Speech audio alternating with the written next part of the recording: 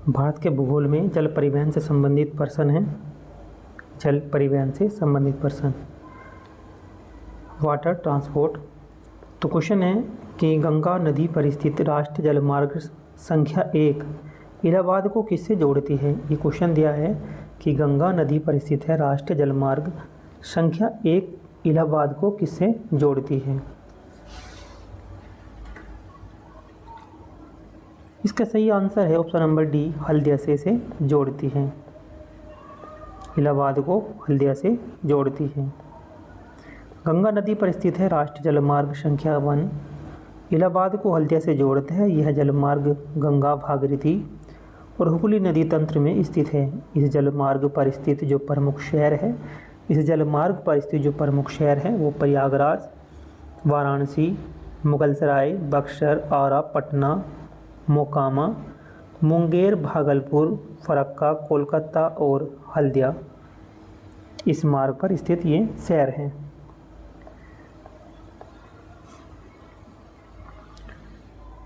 Next है, निम्नलिखित में से कौन सा बंदरगाह भारत के पश्चिमी तट पर स्थित है। यानी कि कौन सा बंदरगाह है जो भारत के पश्चिम तट पर स्थित है। उस शहर का नाम है ऑप्शन नंबर बी, कोचीन। यानी कि इनमें से जो कोचीन है वो बंदरगाह भारत के पश्चिमी तट पर स्थित है।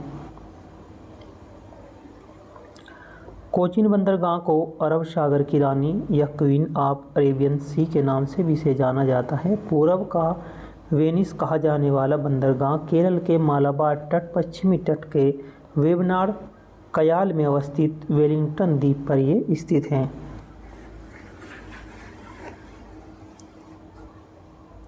नेक्स्ट क्वेश्चन देखते हैं, निम्नलिखित में से कौन सा भारतीय समुद्री बंदरगाह अन्यों की तुलना में सबसे दक्षिणी छोर पर स्थित है। इसका ऑप्शन नंबर है ए, तूतीकोरिन। कहाँ पे? तमिलनाडु में।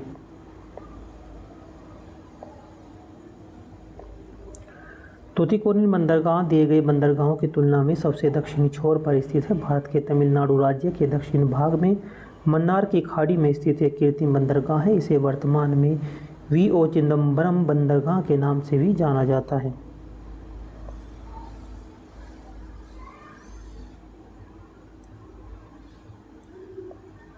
नेक्स्ट क्वेश्चन है कि एक अंतर्देशीय नदी बंदरगाह है जो गंगा ब्रह्मपुत्र बेसिन के विशाल परिक्षेत्र में सेवाएं मुहैया कराता है।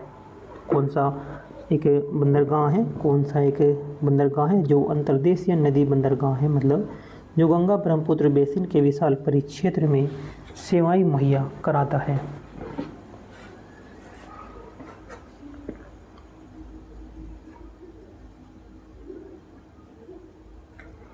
ऑप्शन नंबर सी है, कोलकाता।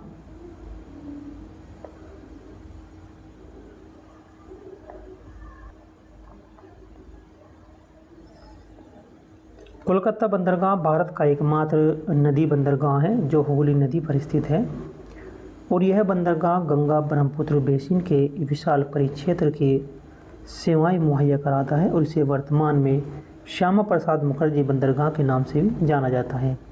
तूतीकोरिन बंदरगाह तमिलनाडु तथा कोचीन बंदरगाह केरल व कांडला बंदरगाह गुजरात में स्थित है। यानी कि दोबारा देख सकते हैं, तूतीकोरिन बंदरगाह कहाँ है? तमिलनाडु में। और कोचीन बंदरगाह कहाँ है? ये केरल में है, कोच्चि। और कांडला जो बंदरगाह है ये आपका गुजरात में स्थित है।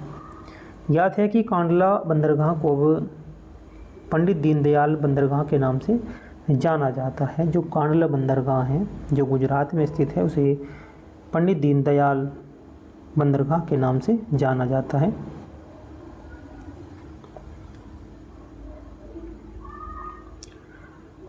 नेक्स्ट है, किस घटना ने भारत के विदेशी व्यापार पर ब्रिटिश नियंत्रण को और अधिक मजबूत कर दिया था। किस घटना ने भारत के विदेशी व्यापार पर ब्रिटिश नियंत्रण को और अधिक मजबूत कर दिया था।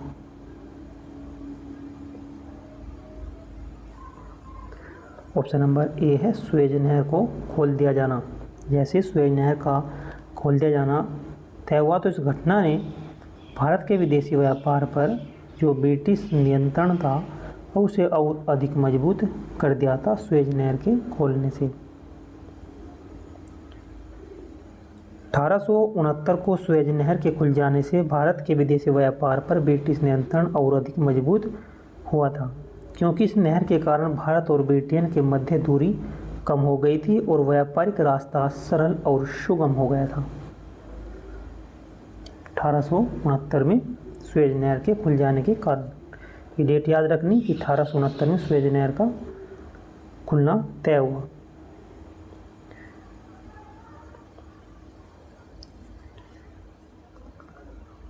चाबहार बंदरगाह जो है किस देश में स्थित है? चाबहार बंदरगाह जो है ये किस देश में स्थित है? ऑप्शन नंबर इसका डी है, ईरान में।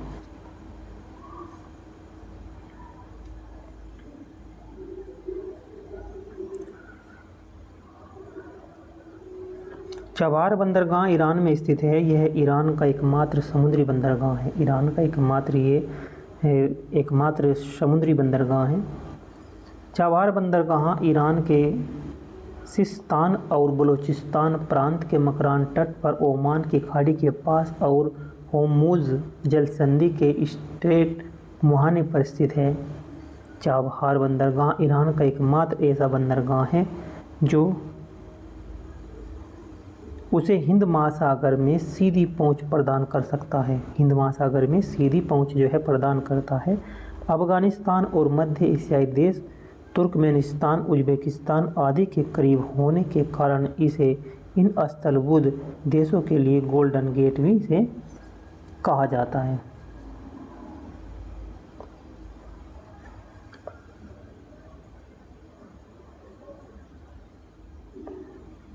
नेक्स्ट है कि भारत का अधिकांश जो विदेशी व्यापार है वो कैसा होता है?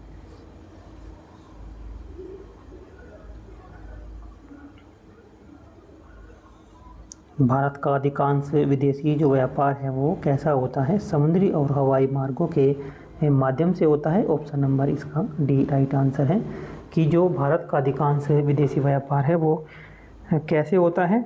समुद्र से होता है या हवाई मार्गों के माध्यम से होता है।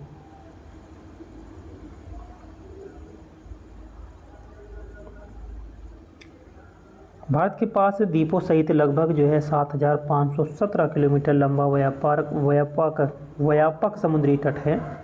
भारत के पास द्वीपों सहित लगभग 7,517 किलोमीटर लंबा व्यापक समुद्री तट है। 12 प्रमुख और 185 गौण पत्तन इस मार्गों का संरचनात्मक आधार प्रदान करते हैं। भारत में भार के अनुसार 95% तथा मूल्य के अनुसार 70% विदेशी व्यापार महासागरीय मार्गों के द्वारा होता है। 95 भार के अनुसार तो 95% और मूल्य के अनुसार 70% विदेशी व्यापार महासागरीय मार्गों से होता है। और भारत का जो अधिकतर विदेशी व्यापार है समुद्री एवं वायु मार्ग द्वारा संचालित होता है। विदेशी व्यापार का छोटा सा भाग पड़ोसी देशों के साथ सड़क मार्ग द्वारा किया जाता है। जो विदेशी व्यापार है अगर सड़कों द्वारा करे तो बहुत ही छोटा सा भाग है जो सड़कों के मार्ग से किया जाता है, नहीं तो जल के और हवाई के मार्ग से जो किया जाता है। और जल के मार्ग से 95% भार के माध्यम से और वैल्यू के माध्यम से मूल्य के माध्यम से 70% जो विदेशी व्यापार है वो अधिकतर कहाँ से होता है? वो महासागरीय मार्गों के द्वारा होता है। इनमें से कौन सा राष्ट्रीय दक्षिणी भारत में कोरोमंडल तट से सटा हुआ है और कृष्णा और गोदावरी नदी के कुछ हिस्सों से होकर भी गुजरता है?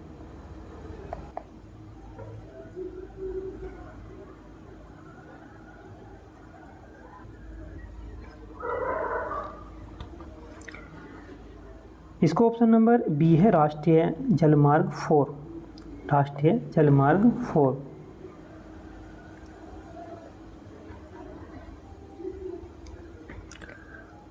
भारत में राष्ट्रीय जलमार्ग 4 लगभग 1095 किलोमीटर लंबा ये जलमार्ग है। जलमार्ग 4 जो है ये 1095 यानी कि लगभग 1100 किलोमीटर लंबा जलमार्ग है। दक्षिणी भारत में कोरोमंडल तट से सटा हुआ है। कृष्णा गोदावरी नदियों के कुछ हिस्से से होकर गुजरता है तथा तेलंगाना, आंध्र प्रदेश और तमिलनाडु पुदुचेरी को जोड़ता है, जबकि राष्ट्रीय जलमार्ग 1 का विस्तार प्रयागराज से हल्दिया तक जाता है। जबकि राष्ट्रीय जलमार्ग 2 जो जाता है असम से धुबरी और सादिया के पास बांग्लादेश सीमा से होते हुए लगभग 891 किलोमीटर लंबा ये जलमार्ग है। नेक्स्ट देखते हैं, श्यामा प्रसाद मुखर्जी बंदरगाह इनमें से किस स्थान पर स्थित है? श्यामा प्रसाद मुखर्जी बंदरगाह में से किस स्थान पर स्थित है? इसका आंसर आपको कमेंट बॉक्स में देना।